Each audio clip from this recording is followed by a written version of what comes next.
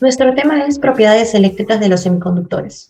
Un semiconductor es aquel que se puede comportar como conductor o como aislante, es decir, que su conductividad es modificada en función de distintos factores, en el cual estos semiconductores podemos encontrarlos en algunos electrodomésticos, como televisores, equipos de sonido y computadoras. Nuestro primer experimento es la verificación de la ley de Ohm en un diodo IN4007ND y un termistor NTC8D20. Nuestro objetivo es poder comprobar la ley de Ohm de estos dos materiales para poder verificar una propiedad eléctrica cuantitativa de un semiconductor. Los materiales que hemos usado en el experimento son una fuente reguladora de voltaje, un diodo IN4007ND, un termistor NTC8D20, agua, sal, azúcar, 3 pinzas cocodrilo y como equipo un multímetro. Las medidas de seguridad, el experimento ha sido desarrollado en un espacio libre.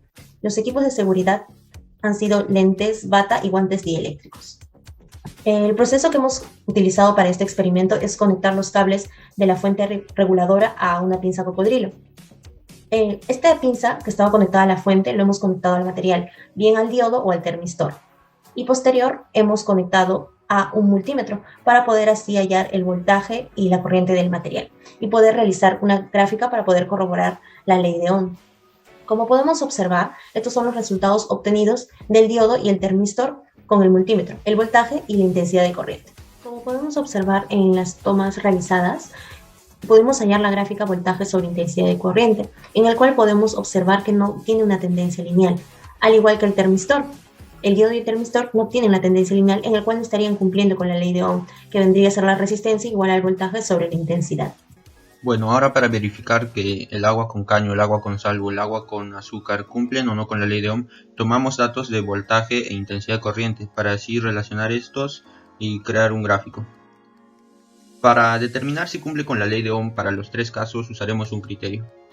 Y en caso que un material cumpla con la ley de Ohm, se debería cumplir que voltaje entre intensidad de corriente es la resistencia eléctrica. Y en todos los casos de los pares ordenados debería ser la misma resistencia eléctrica, o sea, en 1.5 voltios y 0.5 miliamperios debería de ser igual que 3.5 voltios entre 1,84 miliamperios. Debería ser igual en caso cumpla la ley de Ohm, pero podemos darnos cuenta que no es así. Usaremos el mismo criterio con el agua con sal. Al dividir 1,8 voltios entre 5,6 miliamperios no nos da el mismo resultado que 5.3 entre 58,2 miliamperios. Si bien es un gráfico lineal, algo lineal creciente, no cumple con la ley de Ohm. Y lo mismo para el agua con azúcar. Esta vez el gráfico parece ser más lineal que los anteriores y tiene menos conductividad que el agua con sal, pero bajo este mismo criterio no cumple con la ley de Ohm. Pero ¿por qué se da esto? Parecen ser los gráficos lineales, pero no cumplen con la ley de Ohm. Esto se da porque no parte del origen de las coordenadas, o sea, la función no es lineal que parte del origen de las coordenadas, sino que es lineal pero que no parte del origen de las coordenadas. ¿Y cómo afecta en esto? Y nos damos cuenta que la ley de Ohm es voltaje es igual a intensidad por corriente, o sea, si voltaje es 0, intensidad de corriente debería de ser 0, y podemos observar que en ninguna de las tres gráficas se cumple con esto. Para el experimento 2 realizaremos la obtención del mejor semiconductor entre el agua de caño, agua con sal y agua con azúcar. Nuestro objetivo es comparar entre el agua de caño, agua con sal y agua con azúcar para poder verificar una propiedad cualitativa de un semiconductor.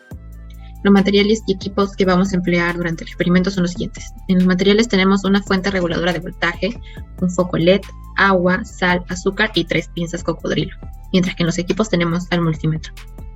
Materiales y equipos de seguridad.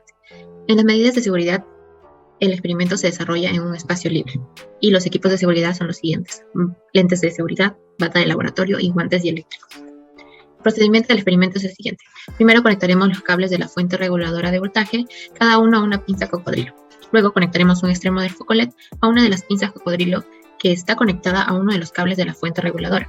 Después conectaremos el extremo del foco a una pinza cocodrilo. Luego de eso, en un recipiente colocaremos agua de caño, agua con sal y agua con azúcar.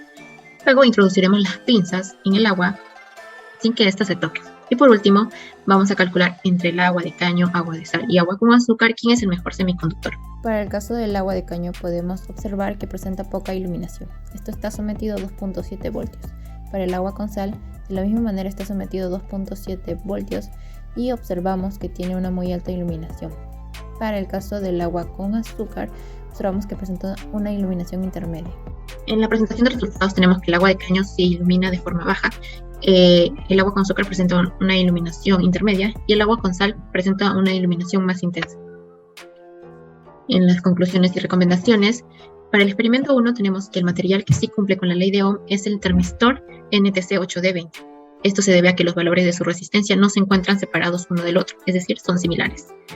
Pero para el resto de los materiales sucede todo lo contrario, ya que los valores de su resistencia son muy diferentes. Esto hace que no cumpla con la ley de Ohm. Para el experimento 2 tenemos que la iluminación del foco LED es más intensa cuando utilizamos agua con sal. Esto se debe a que no presenta mucha resistencia en el flujo de corriente.